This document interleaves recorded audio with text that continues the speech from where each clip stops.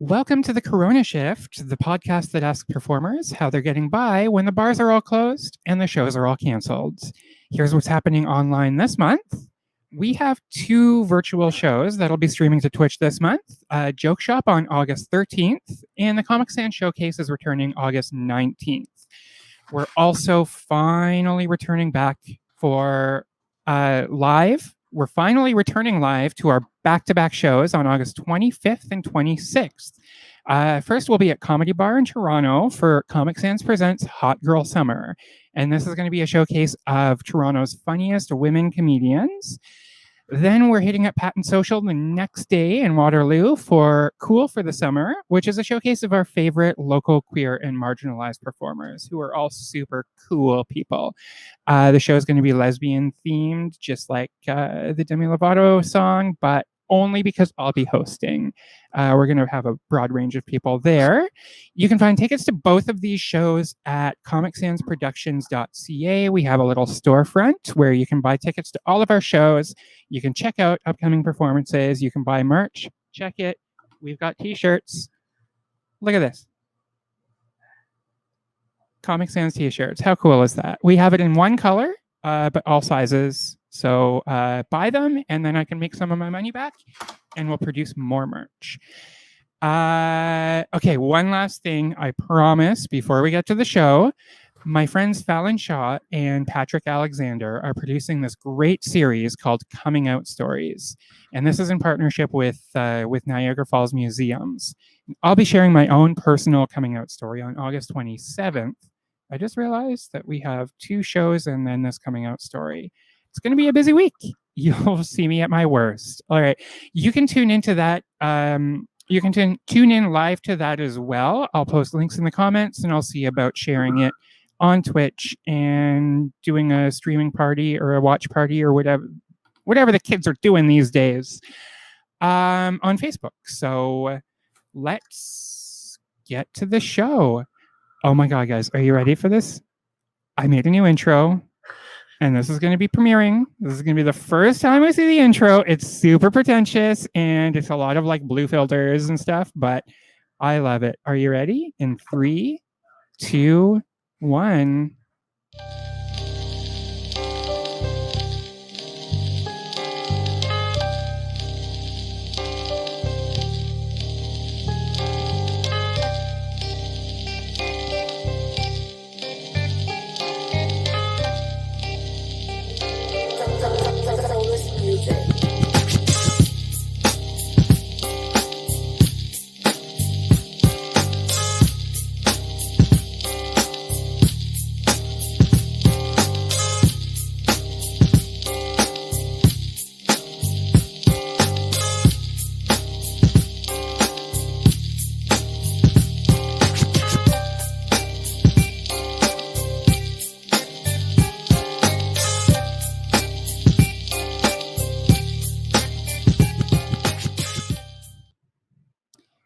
Welcome to the Corona Shift version 2.0. We're back and more pretentious than ever.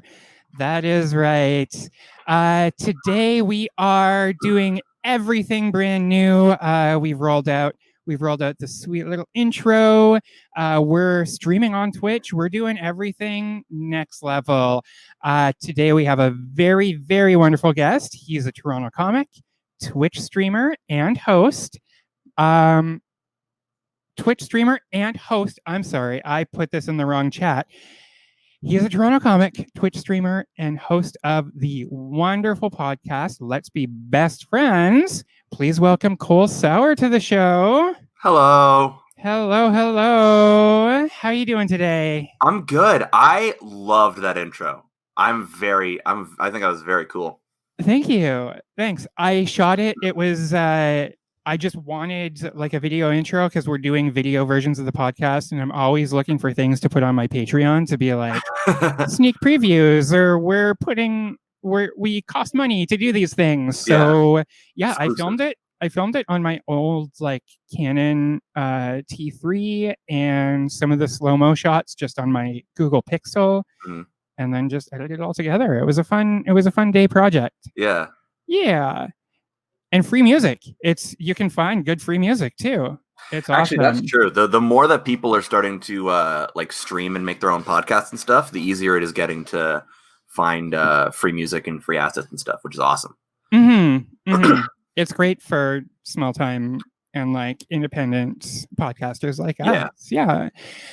So I mentioned in the jump that you are the host of Let's Be Best Friends. So why don't you tell me a little bit about that? So Let's Be Best Friends is a podcast that I run on YouTube and now Spotify. With you've been on the show, which was one of my favorite episodes where we played Mario Kart. It's basically a show where I interview people that I have, sometimes people I've met, sometimes people I haven't met, about just who they are using common conversation starters that I find on the internet, all while doing something else that the guest enjoys doing. So it's always like a hobby or something along those lines.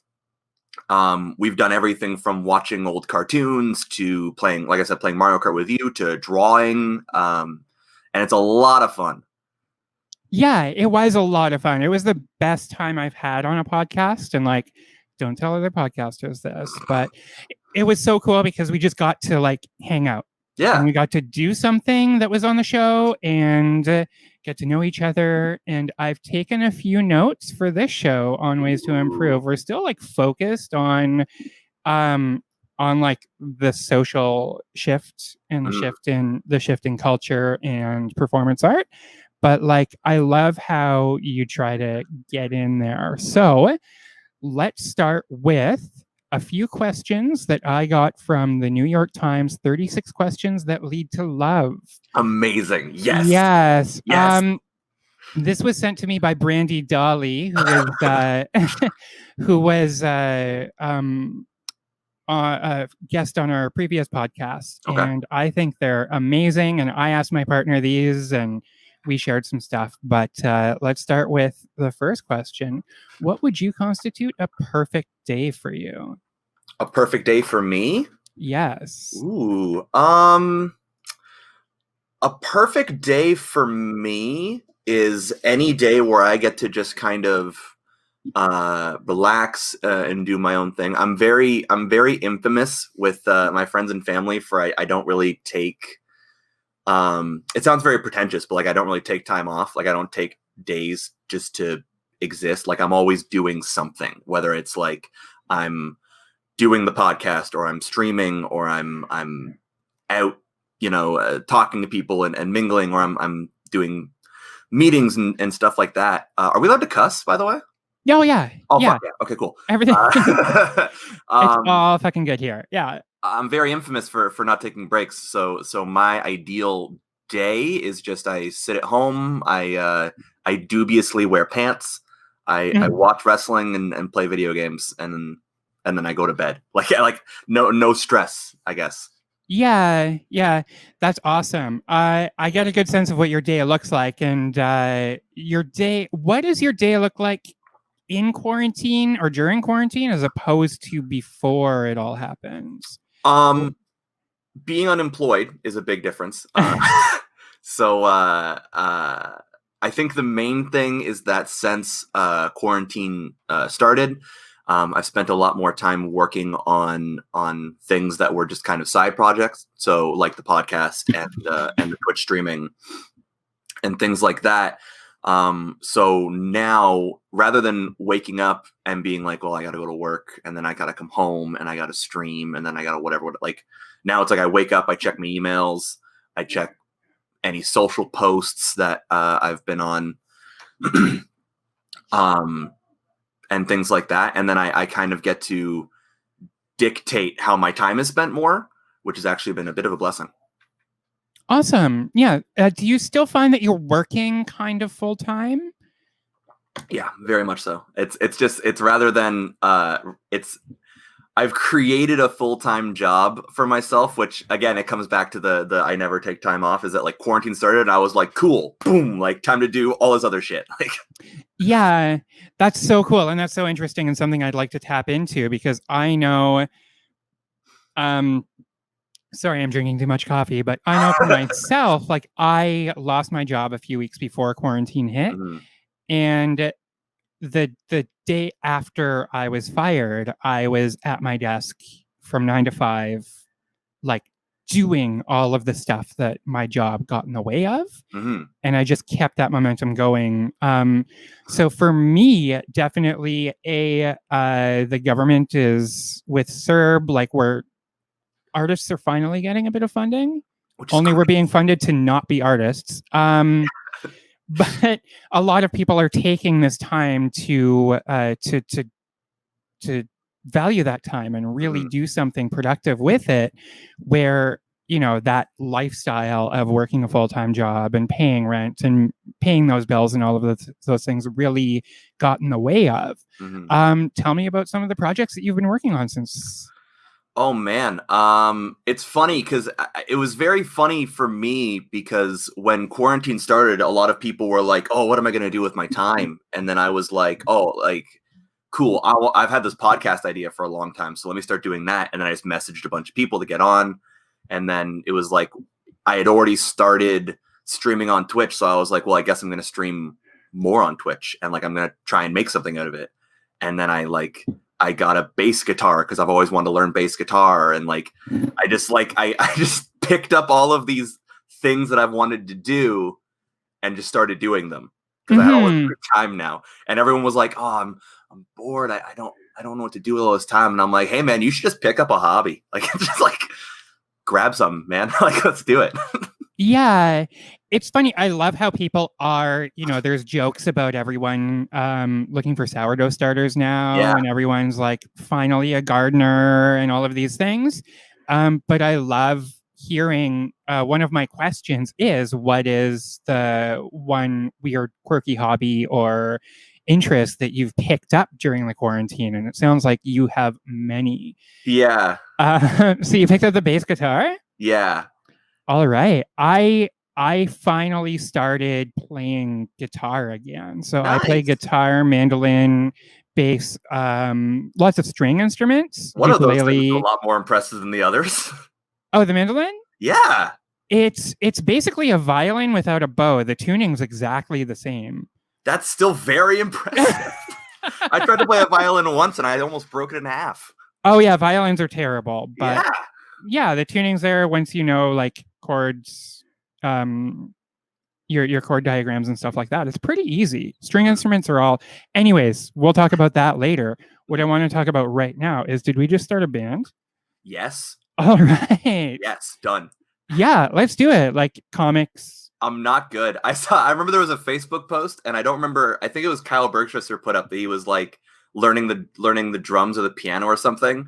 And then someone else was like, "Oh, well, I'm learning guitar." And I was like, "Well, I'm learning bass. Can we all make a shitty hack comedian band?" Like, I think Dan Gyrie has already got that taken care of. But that son of a bitch. I shouldn't have said that. We're live. Anyway, I have a love-hate relationship with Dan, and he knows it. Yeah, I think that's a great idea. I've been jamming with Al Val lately. God, I love Al Val. If I could be as good at one thing as Al Val is at everything, I know. such a major success. This guy, they're like a fantastic comedian. I should have them on the show because I'm like, yes. I'm sorry, I'm plugging other people on your show, but he's a much better guest than me. He was the first guest that I had on Let's Be Best Friends for that reason. I was like, this guy's he's so funny and he's so talented. Yeah. Hook me up, dude. Al is, and just looks fantastic in a dress. Like, yes. As a woman, I'm like, fuck you. He posts these pictures of him like shirtless with his fucking washboard abs in a skirt, and I'm just like, done. What do I got? Like, shit, I got a beer gut. Me too. I've started wearing Chuck Taylors and like this green shirt dress on stage and referring to myself as the post-op Kevin Smith. And the beer gut's really contributing to that little bit. I know. Love it. It's the COVID-20, the COVID-19. Yeah, the COVID-19. Can't help it. All right, let's get deep into your past. Next question. I'm gonna throw it on the screen too, but If you could change anything about the way you were raised, what would it be? Ooh, I don't know. I have a very good relationship with my parents. And I always kind of have. My parents have always been very supportive, which I'm very blessed with. I think the only thing that I would change, I guess, is that my parents were very like ignorant towards mental health. Not so much like ignorant, just very very like oblivious. Like they had very old school mentalities towards mental health. So Mm-hmm. like it wasn't until I moved out and I got my own like psychiatrist and my own therapist and got my own medication. And even then, like I was like 21 or 22 or something when I finally got medicated. and they were like, are you sure? Like, are you sure about that? Blah, blah, blah. And then it wasn't until I went back home for Christmas and I had forgotten my medication. So like after day 4 of Vyvanse withdrawal, I was completely looped. And they were like, been there. yeah, right. And I was like, they were like, are you okay? And I was like, no, like this is what I go through without pills. Like,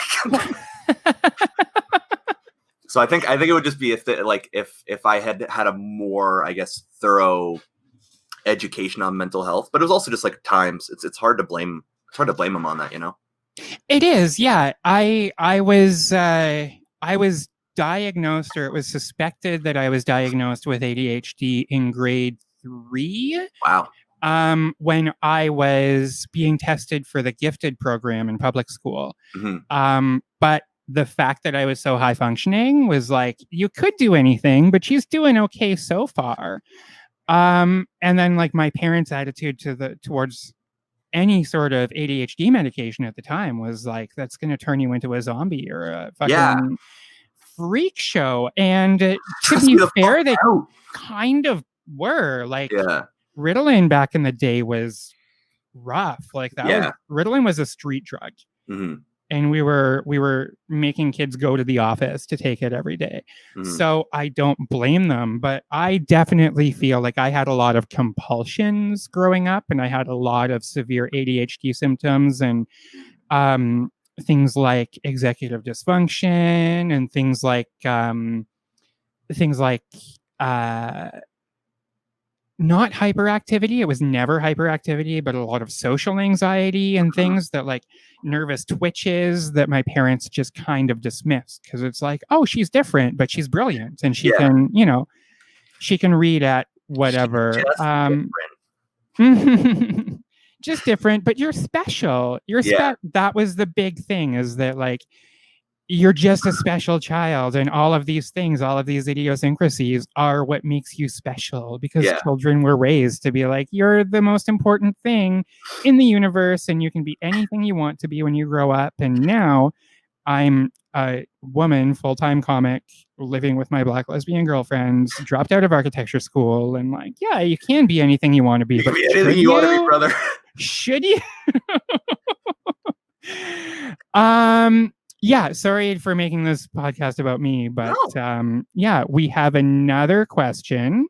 And then we have one from Moonbeam Disco. So be prepared for that. We're getting audience questions. This one, what have you done with your quarantine time that you're most proud of?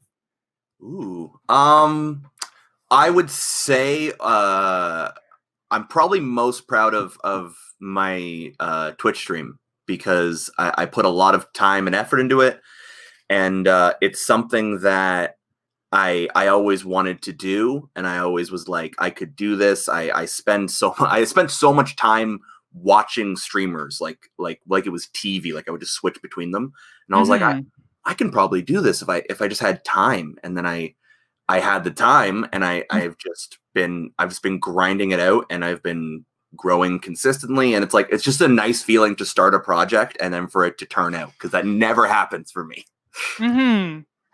So probably, that's so cool. Probably that.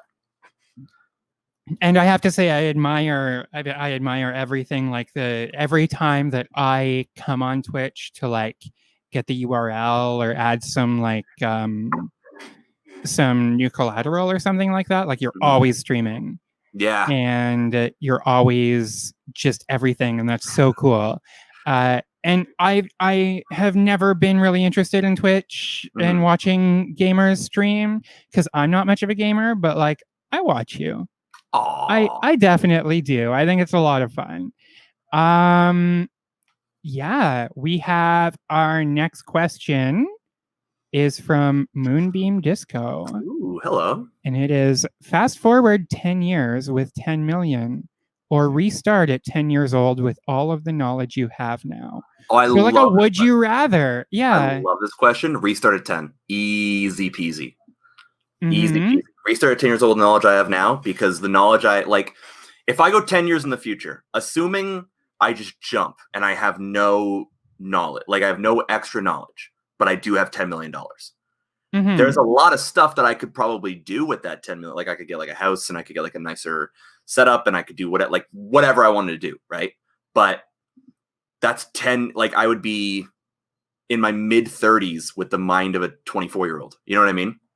Whereas Yeah. like if I'm 10 years old with the knowledge I have now, I am so much more like emotionally stable as a like than I was when I was 10. Like I have the knowledge of I went to college. Like there's so much stuff that I have in my brain that by the time I'm, 13 or 14, I could be making millions playing Fortnite.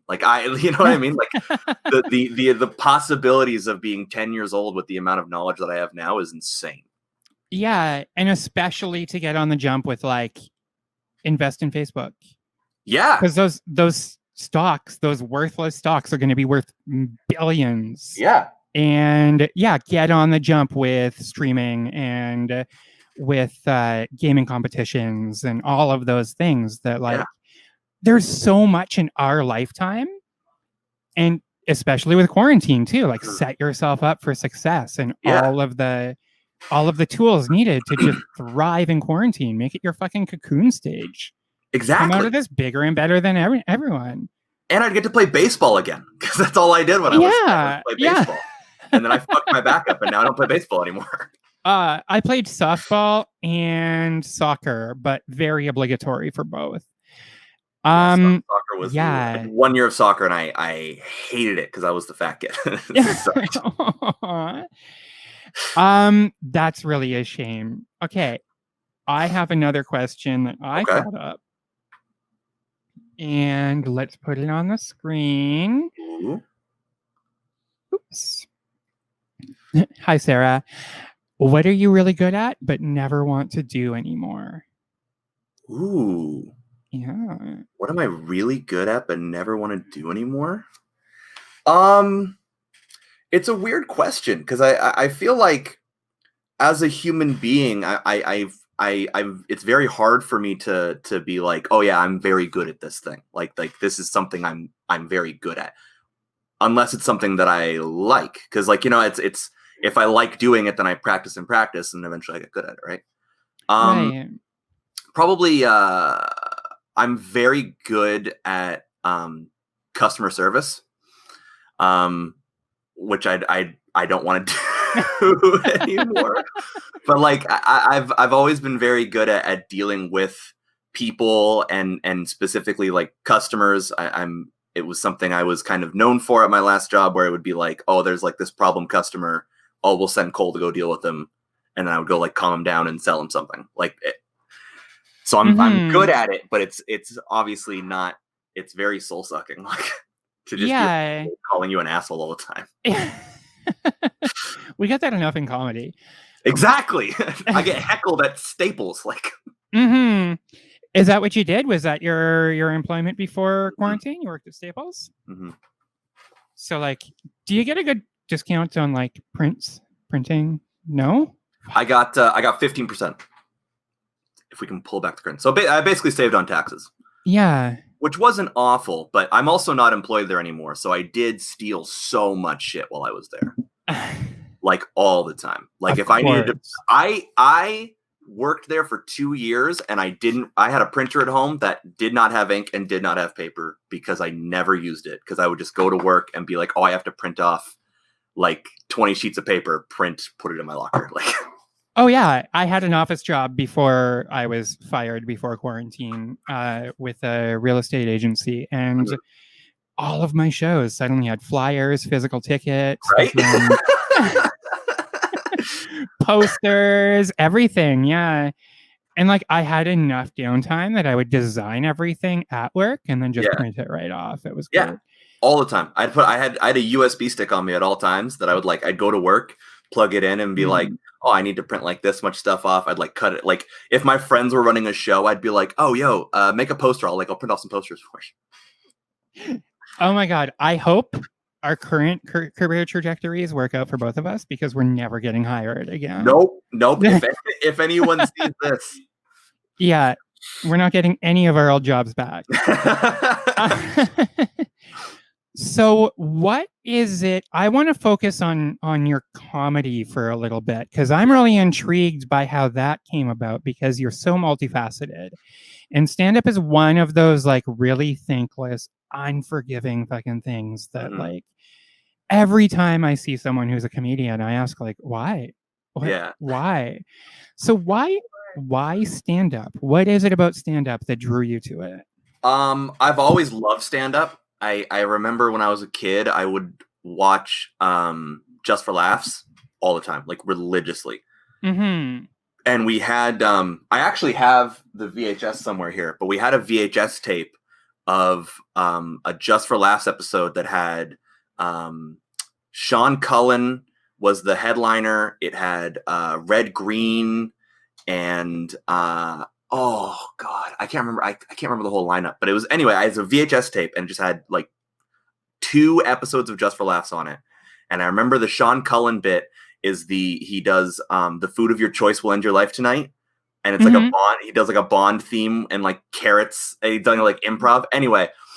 And I loved it so much. And also on that tape was Mitch Hedberg's set, which I loved. And I would quote it all the time, and I would think about it all the time. And so I would just watch comedy and absorb comedy all the time, and I wanted to do comedy. And then as I got older, it became like I did a lot of acting and I did a lot of like writing and stuff. And I wanted to be an actor and I wanted to be a comedian. And my parents were like, you can, but it's really hard. Like it's a 1 in a billion shot that you are going to be the thing you want to be. So like you go for it, like that's fine, but have a backup and maybe don't. So it took me a long time to kind of jump into it. And also there's a lot of confidence that it takes to get on a stage and have the possibility to like get booed. You know what I mean? Like it takes so much, and I'm sure you can relate to it. It takes so much to finally build up all that like energy to be like, you know what? I am funny enough for someone to pay to see me. Cool. Like, let's go.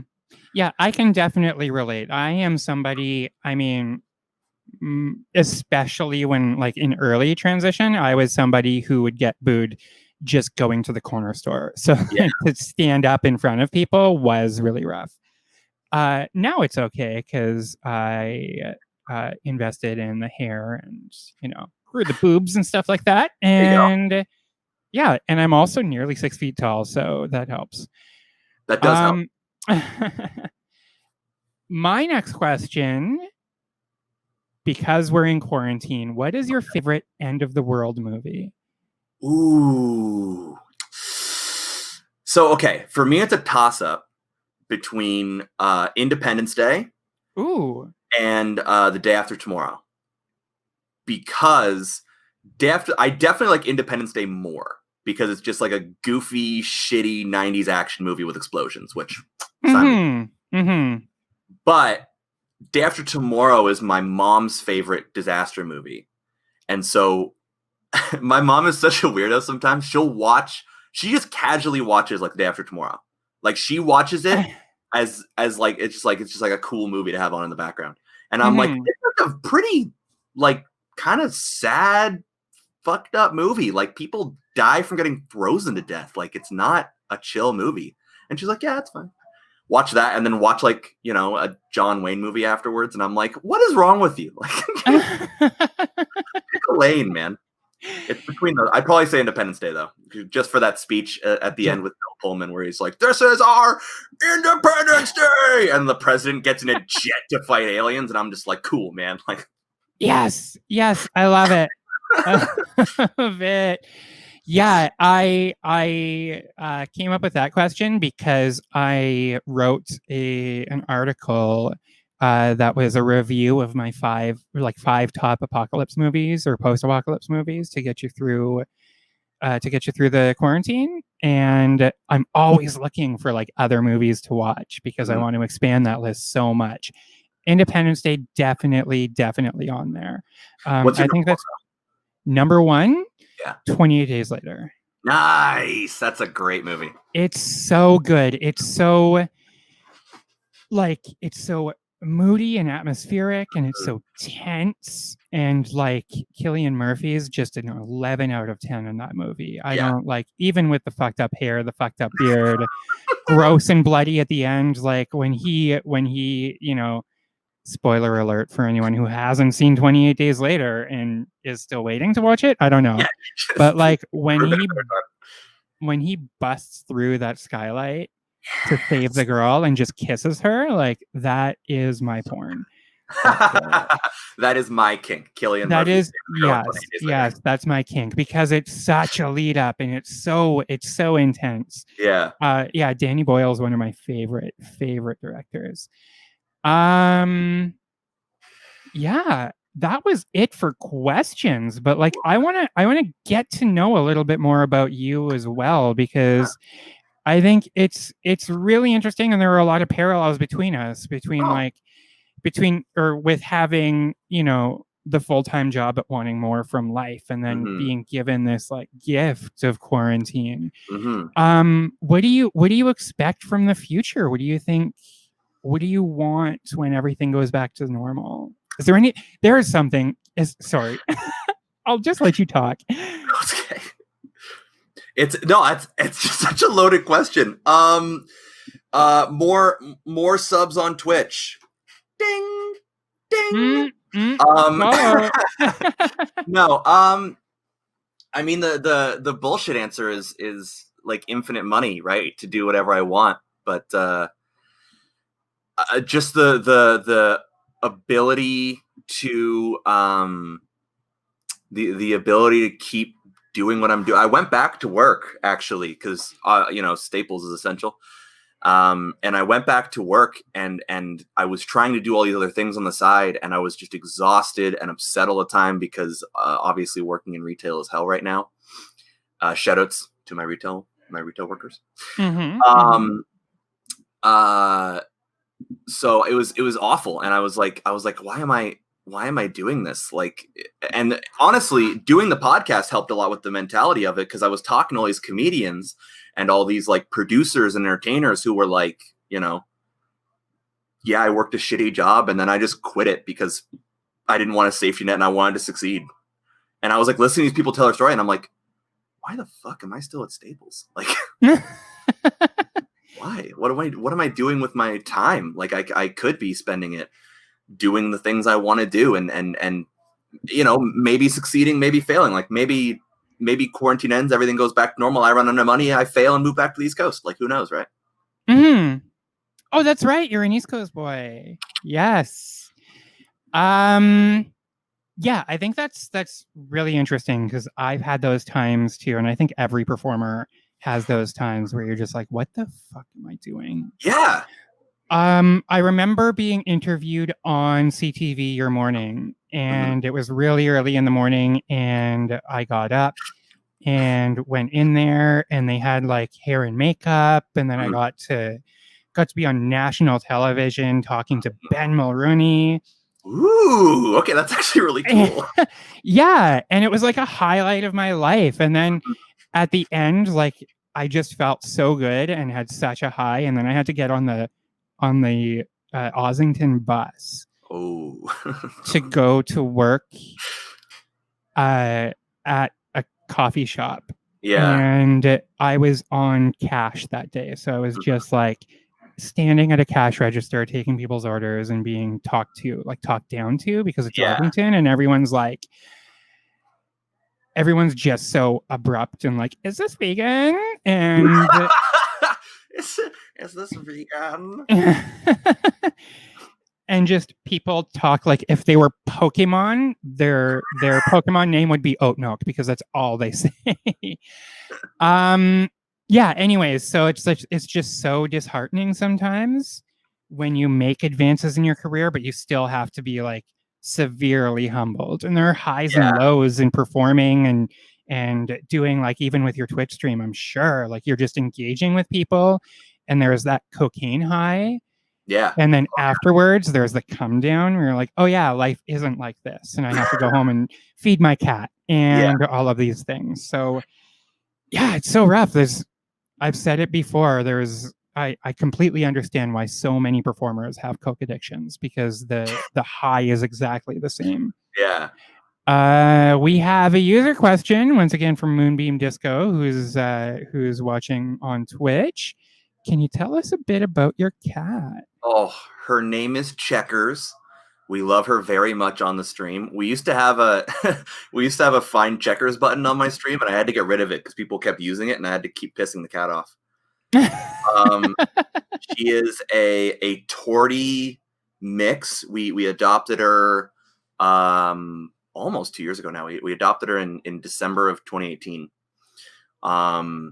And she's 5 years old. She Ooh. is a thick bitch, and we love her for it. We call her Chonkers because we're awful, awful people. Oh, cats don't know.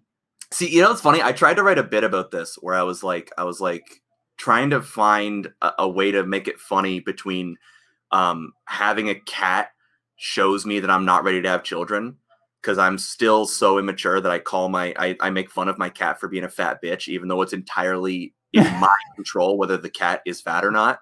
And then like I tried so hard to make this joke work. I went to so many open mics and I was like, the punchline for it was something like, can you imagine talking to a child the way you talk to your cat? Like my cat's 5, she'd be in kindergarten.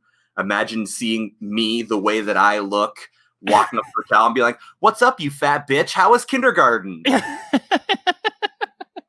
never got any laughs. I was always so upset because I thought it was such a good joke. No, I love that. I love that. And that's like there's such potential for big act outs in that too. Right? Yeah. Let's get you on Joke Shop. Let's workshop that. Oh my god, yes. Yeah, August 13th. Okay, we'll message after the show. Yeah. All right, abrupt turn. Next question. Can you tell me what Old King Cake means? Ooh, okay. I actually love this story because it's very stupid. So when I was in college, I went to college for broadcasting. So radio and TV and online. Basically what I do now as a human being, I went to college for. Mm-hmm. And I ran a bunch of podcasts and college radio shows. One of the reasons I went to Durham College, represent, go Lords, woo, was because they had a radio station that you could use and you could have a show and you could basically have as many shows as they would let you have. So I was there like, all the time. I was on this show and that show. And like, if my friends had shows, I'd be like, let me get on your show. Like, I want practice. I want exposure. So we had a weekly wrestling show that I don't remember the name of anymore. And it failed tremendously because one of the guy who was like the host, it was me and 3 other people. And one guy was like the host and the rest of us were like there, right? And it was like a round table wrestling show. And one day it was like Trans Remembrance Day. And he made this really, really awful transphobic joke. And I remember and me and him already didn't really get along. So he made this awful transphobic joke. And I was like, and I looked at the tech because the tech would always be like right here. So I looked at the tech and I was like, go on break. And so he went on break. And then I was like, I shoot him out. I was like, what the fuck is wrong with you? Like, we can't be making jokes like that. We're on air. Like, this is not just your career. It's my career. Like, what the fuck? Like, I've lost my mind on this dude. And then, so I was like, we're going to come back from break. I'm going to be the host. You're going to apologize. Cool. Come back from break. So we come back from break and I'm like, hey guys, welcome back to the show. Blah, blah. We want to apologize for that show. Like all that stuff as our collective brand. And also here's the guy. And like, gave this really shitty, like insincere apology. The show ended and I was like, cool, we're done. the show's over. Like, you guys can keep doing it. My name's not attached to this anymore. Oh my God. So I was really pissed. Oh, did I lose you, or am I still here? Am I just live? Hello. I'll just keep going. So I was really pissed, and I was with one of the other guys on the show, and we were like, we'll start our own show. Same thing, wrestling show. Oh, we're back. Sick. Mm-hmm. Yeah. Sorry. It's okay. I was like, ugh. So we started. So we want to start a new wrestling show. We didn't have a name for it. We didn't have a gimmick for it. So we went to an independent show. We went to an independent wrestling show. Which, side note, if anyone's watching this, if you've never been to an independent wrestling show, even if you don't like wrestling, I know it's a very niche thing. There is nothing more fun in this world than getting in a crowd of 20 people and watching professional wrestling. Because indie wrestling is just dudes with day jobs trying to make it, and they do the wackiest shit. Like, there was one show I went to where a guy had a watermelon, and his gimmick was that he just was carrying on his watermelon the whole show. And like, so as a wrestling fan, it's like him holding a chair. Like, you're waiting. Someone is gonna get hit with the watermelon. Yeah. So the whole show, it's like a drama. Like, you're waiting for the kill to happen. So you're in the crowd, just like, and they taunt it, and they're like, oh, and then it gets knocked out of his hand. You're like, oh. Anyway, if you've never been to a wrestling show, it's so much fun. It's so stupid. But anyway, we went to this show. Mm-hmm. And it was my future co-host at the time, who we nicknamed Tyler Violence. And he was like, "Can you imagine if they had cake at a wrestling show?" And I was like, "It's like, yeah, it'd be kind of cool. It'd be like they could call it like Cake and Violence." And he was like, "Or we could call it Cake and Violence." And I was like, "We could call it." So then our show became Cake and Violence, and I was King Cake because I liked the old King Cole, old King Cake thing. Yeah. It was Tyler Violence, and we'd go on the radio every morning at 8 a.m. on Wednesdays, which was the most awful time slot I've ever had in my life. We talk about wrestling. It was King Cake and Tyler Violence, and I think it still exists on YouTube. You can go and see me in my college days just shouting at a webcam about wrestling. And then I carried on.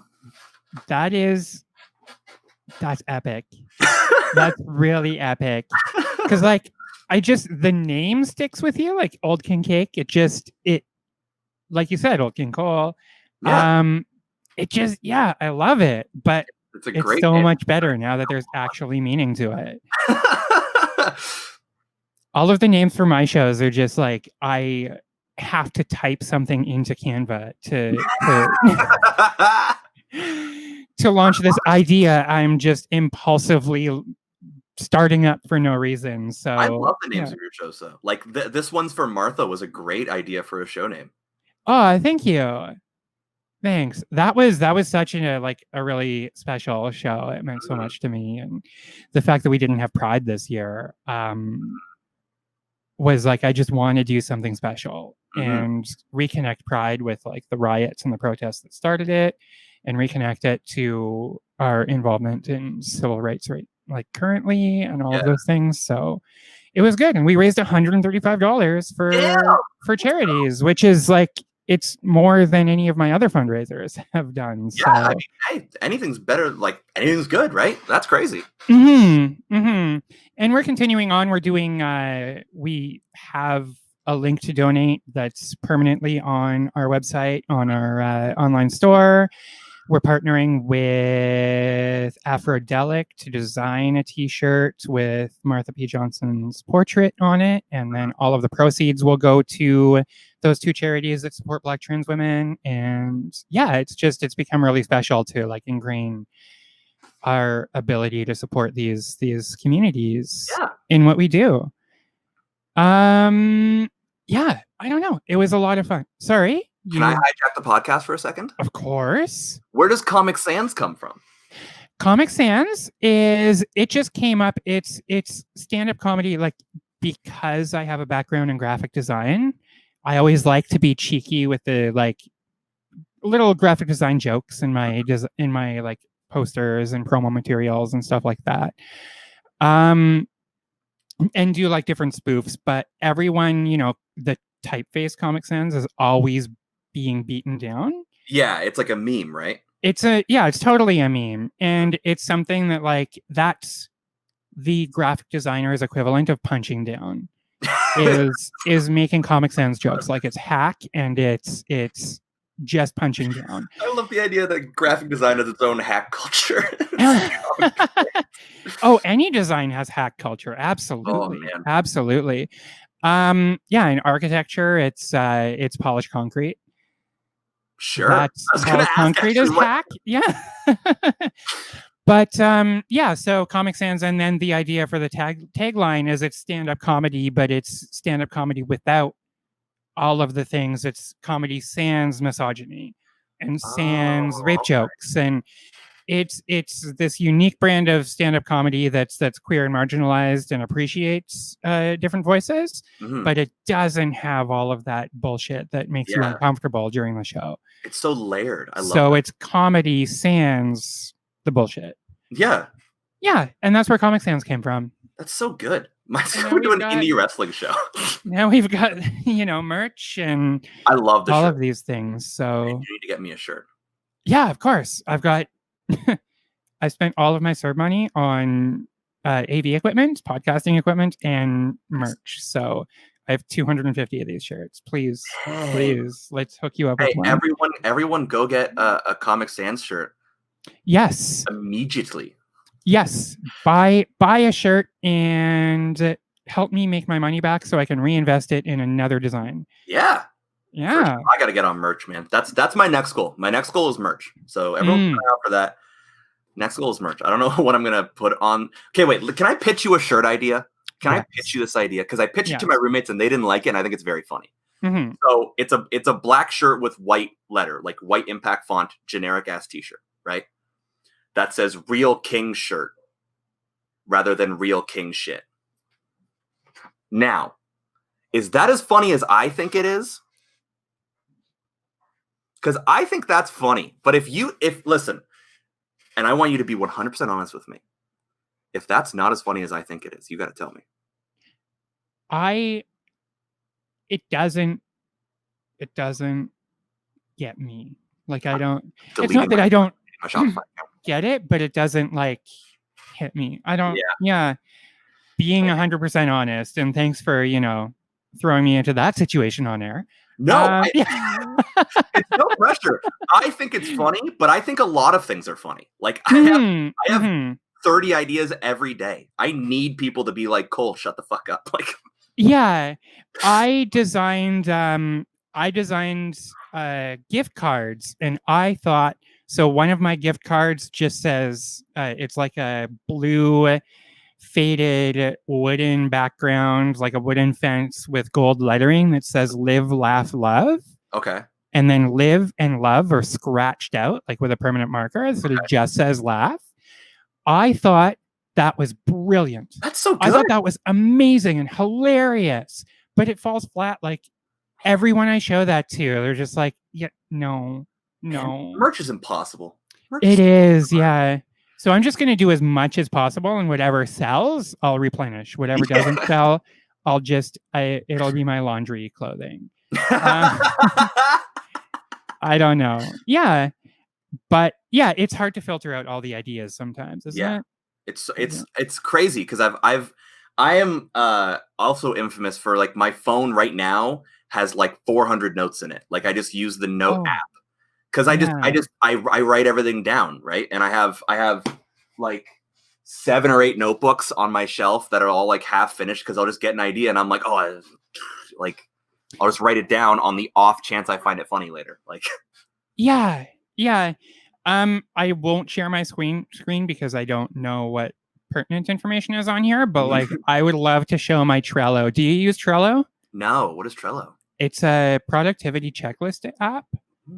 And it's super cool. I'll show it to you. Like I'll give you a little rundown after we air. Yeah, but it's something where you can make like columns, and then you can add cards to each, and each card can have checklists. It can have tasks with like to do like deadlines and things like that. And it's great for like, you can plug in, emails can get sent to it, so you need to respond. It's the reason I'm successful as I am. It sounds like we both like, do you want to go to therapy together? Dude, Just hell yeah. split on therapy and like we can solve our overlapping problems. Yeah, like solve the world's problems, man. It'll be great. Yeah, the Venn diagram of our ADHD symptoms is probably pretty much a circle. Yeah. That's such comedy. Like, just that's comedians in a nutshell, just trying to bargain split the cost on a therapy session.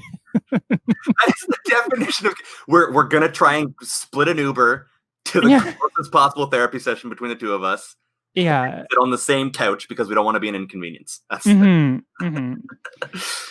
And if I can pay you back next week in an e-transfer, that'd be great. And in the meantime, I'll give you all my drink tickets. In the meantime, the next show for the trouble. Next show's free. Yeah. Show up. Say you know me and just show up. Do you want a t-shirt? Do you want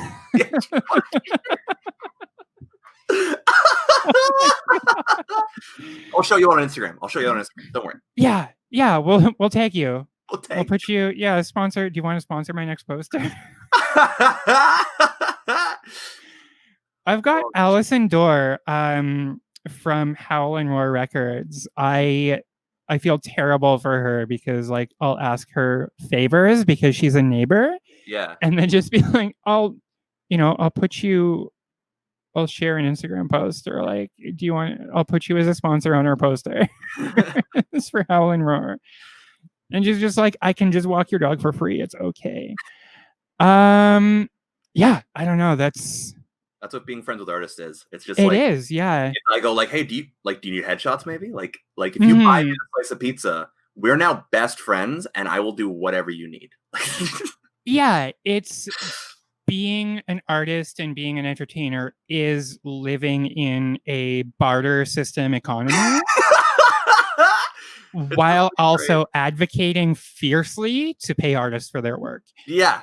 That's the craziest thing is that artists are the most broke people on the planet, but we're also the people that's like I don't know if you've experienced this, but like when you get more friends who are artists, like I have a friend who does all of my emotes and stuff on my Twitch stream and basically all the art assets that I get, and I pay them every time, but they're like, oh, like you don't have to pay me, and I'm like, this is making me pay you extra, which I can't afford. Like I'm not paying more because you're trying to get me not to pay you. Fuck you, take my money. Like stop being so nice. Stop being so nice. Like yeah. If I can get on my soapbox for 1 second, if there's any artist listening, I'm gonna look directly in the camera like it's a wrestling promo.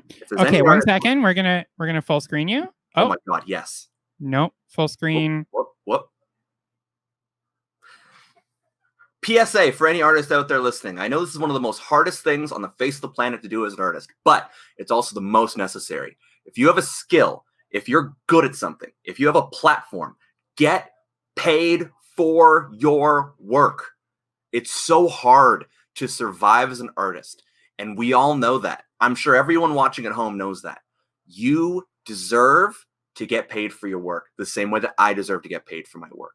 I charge people when I record stuff, when I edit stuff, when I do anything for them, because I am doing a service. You are no different from an electrician, from a plumber, from a teacher, from anything like that, doing a service.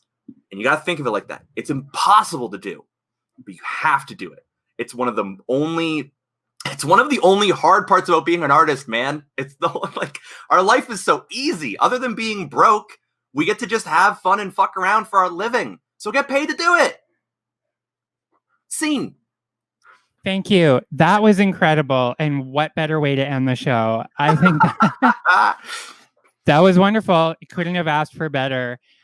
Cole Sauer, thank you so much for being a guest. It was great talking with you. Thank you for having me on your podcast. Thank you for entertaining this little whatever it is. And anyone watching, please follow Cole on Facebook, on Twitter, Instagram, Twitch, YouTube. YouTube, yes. Old King Cake. Check out Let's Be Best Friends. It's a great podcast, great format. You get to learn a lot about people and watch them have fun and get to know each other. I love the show. Watch him on Twitch, jump onto his channel after this, subscribe, and like everything he does because he's such a sweetie. Aww. And I'm going to go full screen here for the outro. Okay, that is our show. Thanks again to Cole for the wonderful, wonderful little interview and for helping us, work out the kinks on this new platform and doing things live and making me, do video stuff while trying to focus my very limited attention on the guest. And I think it worked out really well. Cole was fantastic. On our next episode of the Corona Shift, we're going to do something a little bit different. It's no secret that I am an impossibly self-indulgent narcissist. So what we're doing for the next show is I've invited a guest host who's a wonderful friend and amazing comedian and musician, Kelly Sanchuk, who lives in Toronto. Check them out on local shows and things as things pick up. But Kelly is going to be coming onto the show as a guest host to interview me. That's right. I'm going to be the star of my own show, which is my favorite thing in the world. So we're going to be talking about all of the weird things that make me me, and all of the things that are going on with Comic Sans and quarantine and all of these things. Also, spoiler alert, this season's podcast guests, I need a drink of water, way too much coffee. The podcast guests that I have lined up for this fall season of the Corona Shift will include Colin Mockery, Biff Naked, and Toronto rapper Shad. So I'm really excited to have all of them on the show. So don't forget to subscribe to our Twitch channel so that you can catch these episodes and watch them live. You can jump in your questions, and you can kind of engage with these people while we have the interview streaming. You can also submit questions for all of our performers to questions@comicsansproductions.ca because we're using Comic Sans for everything. I can't afford to hosting platforms right now.